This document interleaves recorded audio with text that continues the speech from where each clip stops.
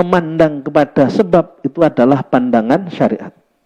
Pandangan hakikat semuanya Allah yang menghendaki. Jangan kemudian hanya memandang syariat. Berarti seperti ini yang membuat saya selamat. Oh, jangan. Agar kita menjadi selamat, kita harus beramal soleh, beribadah pada Allah. Memang kabeh dikersakne Gusti Allah. Tapi syariat aku ndak oleh nyalahne Gusti Allah. Aku kudu nyalahne awakku dhewe. Nek wong mek muni tok kabeh kersane Gusti Allah nglakoni elek, dia ndak mengatakan bahwa ini kesalahan dari saya, dia tidak paham syariat, otomatis dia ndak paham agama. Jangan merasa paham agama ketika tidak menjalankan syariat. Oh, saya ini sudah hakikat, saya ndak perlu menjalankan syariat. Pemahaman agamanya salah. Bisa jadi gurunya juga salah. Karena dia mengikuti gurunya. Dhalun mudhilun, sesat menyesatkan. Assalamualaikum warahmatullahi wabarakatuh. Bismillahirrahmanirrahim. Al-masyiah wal iradah syai'un wahidun wa ilahi ma tastanidu al-sya' kulluha. Jadi masyiah, iradah, kehendak Allah itu merupakan perkara yang satu, dan kepada kehendak Allah tersebut segala sesuatu itu disandarkan. Tidak ada yang terjadi kecuali Allah yang menghendaki.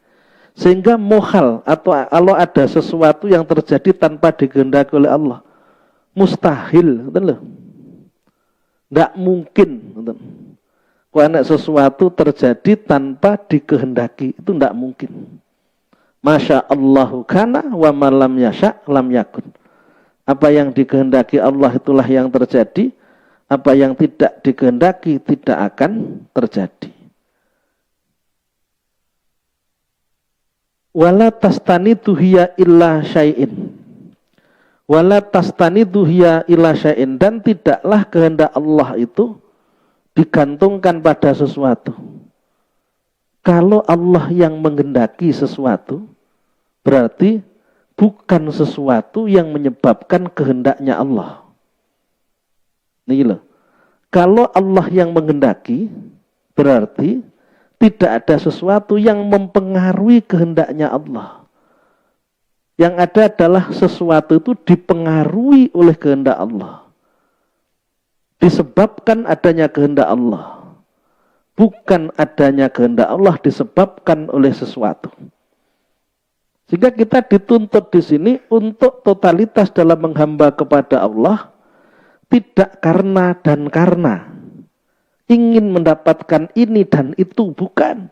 Namun semata-mata karena kehambaan kita kepada Allah yang menuntut kita untuk taat kepada Allah. Hanya itu. Kalau kita pahami ini, segala sesuatu itu dikehendaki oleh Allah, dan tidaklah segala sesuatu mempengaruhi kehendaknya Allah. Kehendaknya Allah tidak dipengaruhi oleh segala sesuatu, tapi segala sesuatu itu dipengaruhi oleh kehendak Allah. Karena memang sudah ada ketentuannya. Artinya, akibat lebih duluan daripada sebabnya. Sebab diatur oleh Allah untuk menuju ke akibat. Yang ada dalam pikiran kita, akibat itu dipengaruhi oleh sebab. Namun yang terjadi, sebab itu dipengaruhi oleh akibat. Berpikir terbalik. Kenapa? Karena memang sudah ditentukan. Kasusnya dibuat sesuai dengan apa yang menjadi kehendak Allah. Dalam hal apapun tidak ada yang terlewatkan. Oh, yang ini kehendak Allah, yang ini saya. Tidak ada seperti itu. Semuanya atas kehendak Allah. Walau syaa rabbuka ma fa'aluh. Andaikan Tuhanmu berkehendak, mereka semua tidak bisa melakukan apa-apa. Andaikan Allah berkehendak orang itu untuk tidak beriman, mereka tidak bisa memaksakan diri menjadi orang yang beriman. Andaikan Allah berkehendak orang tersebut maksiat, hakikatnya mereka semua tidak bisa keluar dari maksiat. Ketika Allah berkehendak orang taat, ya dia tidak akan malas dalam beribadah sehingga dia melakukan ketaatan. Walau sya'a ma fa'aluh. Andaikan Allah tidak berkehendak, tidak akan melakukan. Berarti apa yang dilakukan orang itu karena dimulai dari adanya kehendak Allah Subhanahu wa taala terhadap apa yang dilakukan orang tersebut. Tidak hanya yang tidak kita rencanakan. Wah, qadarullah, atas takdirnya Allah terjadi seperti itu. Ya memang semuanya atas takdirnya Allah. Baik yang kita rencanakan maupun yang di luar dugaan. Kadang-kadang berpikirnya kita kalau yang kita rencanakan itu bukan takdirnya Allah. Yang di luar dugaan baru kita katakan takdirnya Allah. Tidaklah seperti itu. Yang kita rencanakan pun juga takdirnya Allah. Yang tidak kita rencanakan pun juga takdirnya Allah. Walau sya'a rabbuka ma fa'aluh. Andaikan Tuhanmu tidak berkehendak mereka semua melakukan, maka mereka semua tidak bisa melakukan. Walau sya'allah lahadan nasa jami'an. Ya, walau Allah berkehendak orang dapat hidayah, semuanya dapat hidayah. Inilah yang harus kita pahami tentang masalah hakikat. Wa amma hiya fala tastanidu ila syai'in wala tatawaqqafu ala syai' fala tatawaqqafu ala su'al. Nah ini. Wa amma hiya, adapun kehendak Allah itu tidak disandarkan pada sesuatu. Karena orangnya taat, saya jadikan sebagai orang yang mudah urusannya, rezekinya datang tidak disangka-sangka. Ini pemikiran kita ketika dangkal. Allah sampaikan mayyatakillah wa mayyatakillah jannahu maharaja rusuku min khutayah tasib. Barang siapa bertakwa kepada Allah, Allah akan memudahkan urusannya, demikian rezeki yang datangnya tidak disangka-sangka. Kita pasti akan menyimpulkan yang membuat Allah memberikan rizki yang tidak disangka-sangka, yang membuat Allah mudahkan urusan kita karena ketakwaan kita. Pemikiran kita sepintas seperti itu. Namun hakikatnya tidaklah demikian. Karena Allah menginginkan, Allah ingin berikan rizki yang tidak disangka-sangka, maka Allah menggerakkan orang itu untuk menjadi orang yang bertakwa. Tujuan utamanya agar dia mendapatkan rizki yang tidak disangka-sangka. Bukan karena orangnya yang bertakwa, tapi karena Allah lah yang menggerakkan orang bertakwa. Kita berpikir sampai kepada akarnya, tidak hanya sebatas pada apa yang kita lihat.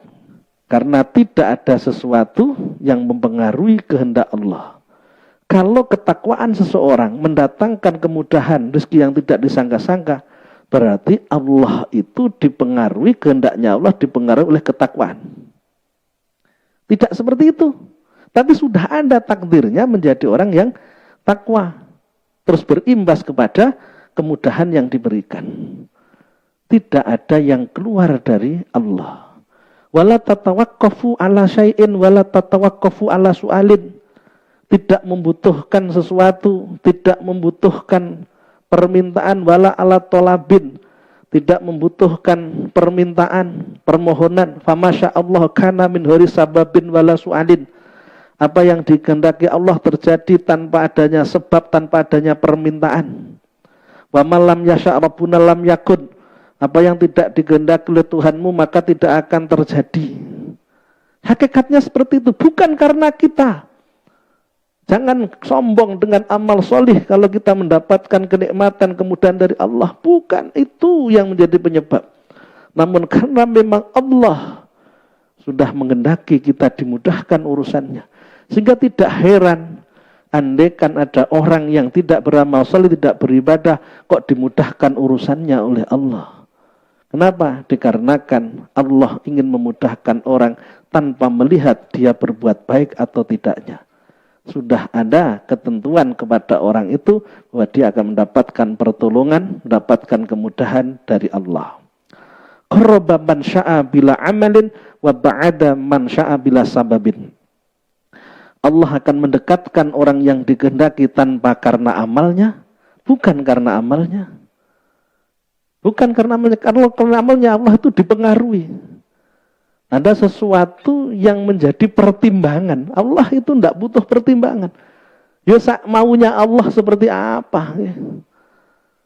Maka dari sini bukan berarti kita tidak perlu beramal. Bukan seperti itu. Kita disuruh untuk melepaskan harapan dari amal. Melepaskan sandaran dari amal. Hanya beramal sebagai bentuk kehambaan, tanpa kita kemudian melihat bahwa amal memiliki pengaruh, memiliki dampak. Semuanya hanya kembali kepada kehendak Allah seperti apa. Bukan amal kita yang menentukan, tapi Allah Subhanahu wa Ta'ala.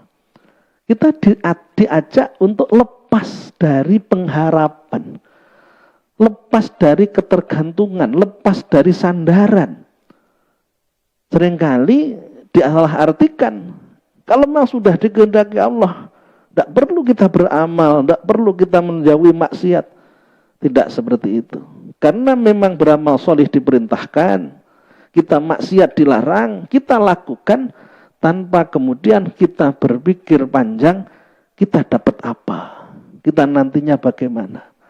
Itu kita kembalikan pada Allah Subhanahu wa Ta'ala. Jadi orang yang taat, taat yang tanpa pamrih. Karena kita sudah meyakini, memahami bahwa yang mempengaruhi kehidupan kita bukan ketaatan kita, namun semuanya terjadi atas kehendak Allah. Kemudian disampaikan dalam Al-Quran tentang beriku wa man lam yaj'alillahu lahu nuran faman lahu min nur. Dan siapa yang tidak diberi nur oleh Allah, tidak diberi nur oleh Allah. Apa itu nur? Tidak diberikan keimanan, tidak diberikan ketaatan oleh Allah, maka fama lahu min nur, maka dia tidak akan memiliki cahaya. Dia tidak akan bisa menjadi orang yang beriman, menjadi orang yang taat. Kalau Allah tidak menjadikan dia beriman, tidak menjadikan orang taat pada Allah. Faman lam yaj'allahu nuran faman lahu min nur. Manusia kemampuannya di mana? Kan tidak ada kan? Kuasanya di mana? Coba kita fahami ayat ini. Ini surat Nur ayat 40. Barang siapa yang tidak dijadikan Allah punya nur, maka dia tidak akan punya nur. Barang siapa yang tidak dikehendaki Allah dia dapat rizki, maka dia tidak akan dapat rizki. Barang siapa yang tidak dikehendaki Allah menjadi orang yang taat, dia tidak akan bisa taat. Hakikatnya semuanya Allah. Syariatnya kita harus melakukan apa yang diperintahkan, meninggalkan yang dilarang. Fanadru ilal masyiah hakikat. Memandang terhadap kehendak Allah itu pandangan hakikat. Dan itu harus ada. Kalau tidak ada, kita akan bangga dengan kesuksesan kita, dengan ketaatan kita. Kalau kita sudah bangga, pasti akan mencela orang yang tidak bisa melakukan hal yang kita lakukan. Wa nadrilah sabab syariah. Memandang kepada sebab itu adalah pandangan syariat. Pandangan hakikat, semuanya Allah yang menghendaki. Pandangan syariat, pandangan terhadap sebab. Jangan kemudian hanya memandang syariat. Berarti seperti ini yang membuat saya selamat. Oh, jangan. Agar kita menjadi selamat, kita harus beramal solih, beribadah pada Allah. Wala najata illa bil amali solih. Tidak ada keselamatan kecuali dengan beramal solih. Wal asri innal insan lafi khusrin illal ladzina amanu wa amilus solihati wa tawassaw bil haqqi wa tawassaw bis sabr. Demi masa, sungguhnya manusia semuanya celaka. Ini firman Allah. Kecuali orang yang beriman dan beramal solih dan saling berwasiat tentang yang hak dan tentang kesabaran. Syariatnya harus beramal solih karena yang membuat selamat adalah amal solih. Hakikatnya yang menyelamatkan bukan amal solih tapi menyelamatkan Allah Subhanahu wa Ta'ala. Sehingga kita melakukan syariat karena kita melihat akibat daripada melakukan syariat. Namun ketika kita melihat pada hakikat, kita melepaskan sandaran, harapan, ketergantungan pada syariat. Berapa banyak orang yang sungguh-sungguh dalam bekerja, namun ternyata tidak diberikan keberhasilan, kesuksesan oleh Allah. Berapa banyak orang yang berobat dengan segala kemampuannya, habis hartanya, entek sak leker gendonge kasarannya, ternyata tidak mendapatkan kesembuhan. Karena memang Allah tidak mengendaki. Terus bagaimana amal soleh kita nanti diterima dan tidaknya, kita tidak tahu. Sajadi kita ditolak. Akhirnya kita tidak selamat. Hanya berharap pada Allah, bukan berharap pada amal soleh. Karena pada dasarnya yang menentukan bukan amal soleh kita, yang menentukan hanyalah Allah. Syariate dilakoni, namun hakikate ojo sampai dilalekno. Paham ya? Syariate dilakoni, hakikate jangan dilupakan. Syariatnya dikerjakan, hakikatnya jangan dilupakan. Apa-apa harus selalu bergabung antara syariat dan hakikat. Tidak boleh hanya syariat saja, tidak boleh hakikat saja. Wala budda minal jam'i bainahuma. Wajib mengumpulkan antara kedua-duanya. Syariat dan hakikat harus saling beriringan. Fal haqiqah muayyinatun wa syariah mubayyinatun. Wal haqiqah hakimatun ala syariat fil batin wa syariah hakimatun ala haqiqah fil dhahir. Hakikat itu menghukumi terhadap syariat dalam sisi batin. Jadi melakukan penilaian syariat dari sisi hakikat batinnya, sedangkan syariat itu menilai hakikat dalam sisi dhahirnya. Dhahirnya syariat, batinnya hakikat. Dhahirnya yang membuat kita selamat adalah ibadah kita, hakikatnya, batinnya membuat selamat adalah rahmatnya Allah Subhanahu wa ta'ala. Dhahirnya kita yang melakukan amal soleh, hakikatnya Allah yang menggerakkan kita beramal soleh. Sehingga jangan lupa untuk melihat hakikat, tidak hanya melihat syariat. Artinya kalau kita beramal soleh, jangan kemudian kita merasa beramal soleh, kita harus merasa bahwa itu anugerah yang diberikan Allah kepada kita, harus kita syukuri. Kul bifadlillahi wa birahmatihi fabidzalika falyafrahu wa khairum mimma yajma'un. Firman Allah yang kedua, yudillu may yasha wa yahdi may yasha. Jelas. Yudillu nasaraki sapa Allah man ing wong yasha kang ngersakake sapa Allah ing man. Wa yahdi lan nuduhake sapa Allah man ing wong yasha kang ngersakake sapa Allah ing man. Allah menyesatkan siapa yang dikehendaki. Artinya kalau Allah berkehendak kepada seorang sesat, maka orang itu menjadi sesat. Tidak beriman, selalu berbuat maksiat. Dan memberi hidayah atau petunjuk siapa yang dikehendaki. Siapa yang dikehendaki oleh Allah menjadi orang yang taat, jadilah orang yang taat. Berarti kalau Allah tidak menghendaki dia orang taat, jadilah orang yang maksiat. Wong yudillu mayyasha wa yahdi mayyasha. Iman dan tidaknya seorang Allah yang menghendaki, beramal solih dan tidaknya seorang juga Allah yang menghendaki. Maka kalau kita bisa beramal solih, bersyukur. Kalau kita berbuat maksiat, kewajiban syariat kita adalah bertobat kepada Allah Subhanahu wa ta'ala. Menyesal, berjanji tidak akan mengulangi lagi.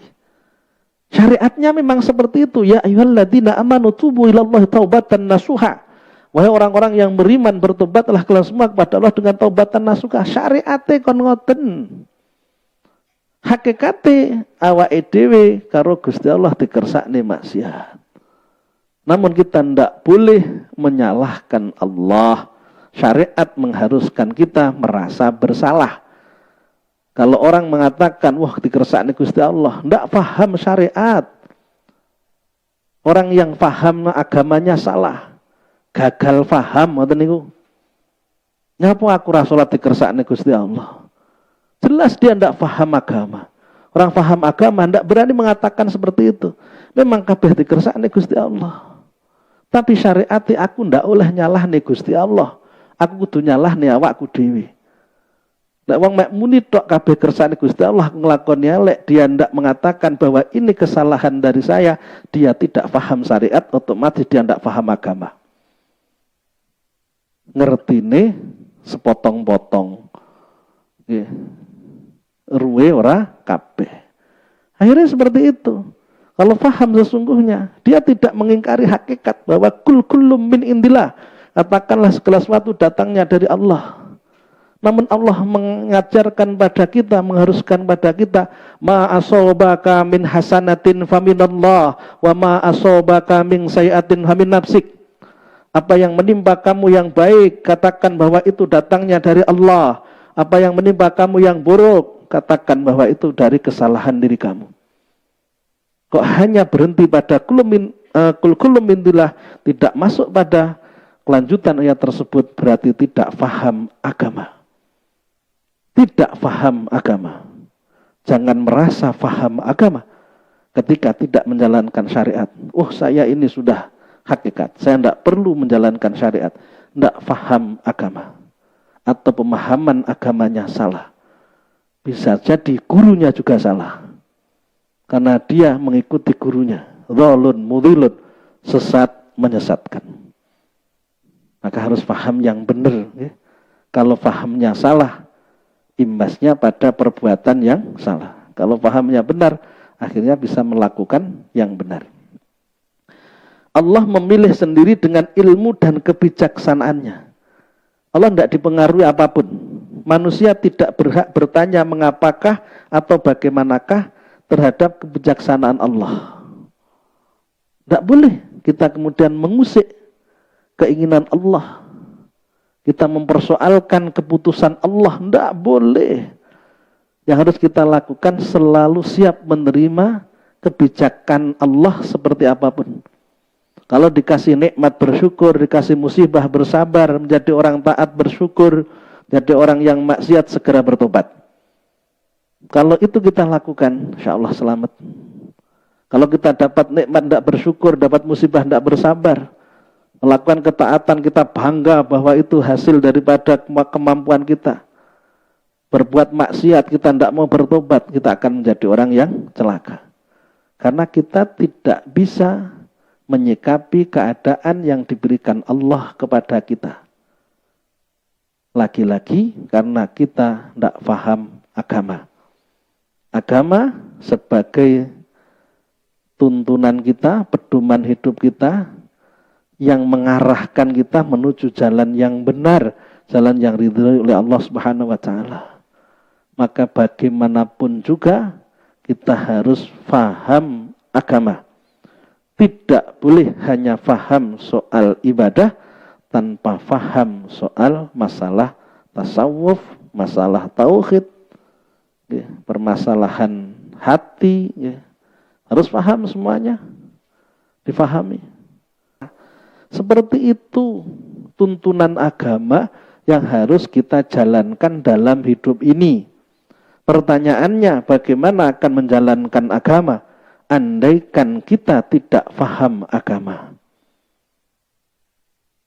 Ya tidak bisa jawabannya. Kalau kita ingin menjalankan agama, kita harus memulai dengan memahami agama. Dan pemahaman agama kita harus terus kita tingkatkan dengan selalu belajar agama. Agar kita tahu, biar nanti sawayah mati ini wis bener sing dilakoni ngoten lho. Aja sampai kedisian mati sing dilakoni salah karena ketelidoran kita. Bukan karena tidak adanya kesempatan. Karena kebodohan kita. Kita anggapane ngene wis, ternyata Allah mintanya tidak hanya sebatas itu. Allah meminta lebih dari itu. Kita sudah sholat, sedangkan kita berpikirnya tentang masalah hidup salah, kita anggap wis sanggune mati sholat tok misalnya. Terus kita berpikir salah dalam hidup. Aku ki ibadah krana kemampuanku, aku ki sugih krana pinterku, dan lain sebagainya. Karena kebanggaan kita dengan amal solih yang kita miliki. Jadi seperti itu. Orang yang tidak sabar ngersuloh, dibenci oleh Allah. Kita merasa ngersuloh rapopo si penting sholat. Wah ternyata ngersulane awake dadi masalah. Gara-gara tidak paham. Kita merasa bahwa Allah yang kuasa dalam hidup, kita tidak punya kuasa sama sekali, kita kecil. Bahkan kita itu juga dituntut untuk selalu merasa hina. Semua selain kita itu mulia semuanya. Bahkan lebih mulia binatang daripada kita. Karena binatang berbuat dosa tidak ada hukuman, sedangkan kita kalau berbuat dosa akan dihukum oleh Allah dan lain sebagainya. Di saat itu kita tidak paham. Akhirnya yang terjadi, kita dituntut oleh Allah Subhanahu wa taala gara-gara kita tidak melakukan apa yang diminta oleh Allah untuk menjadi orang yang tidak hanya baik secara zahir, juga baik secara batin. Ini yang harus kita lakukan dalam hidup. Bahwa semua yang terjadi, hakikatnya Allah yang mengendaki. Namun ada syariat yang tidak boleh kita lupakan. Inilah yang perlu kita pahami tentang masalah kehidupan, tentang takdir Allah kepada kita, tentang apa yang harus kita lakukan dalam hidup. Terus berkarya, terus melakukan yang terbaik, terus menjadi orang yang istimewa sampai dengan ajal menjemput kita. Jadilah orang yang terbaik dari sekian yang terbaik. Khairun nas anfa'um linnas, baik-baik manusia yang bermanfaat bagi manusia yang lainnya. Semoga Allah Subhanahu wa taala senantiasa memberikan hidayah dan taufiknya kepada kita semua sehingga terus istiqomah dalam menjalankan ketaatan padanya sampai dengan akhir hayat kita. Billahi taufik wal hidayah. Assalamualaikum warahmatullahi wabarakatuh.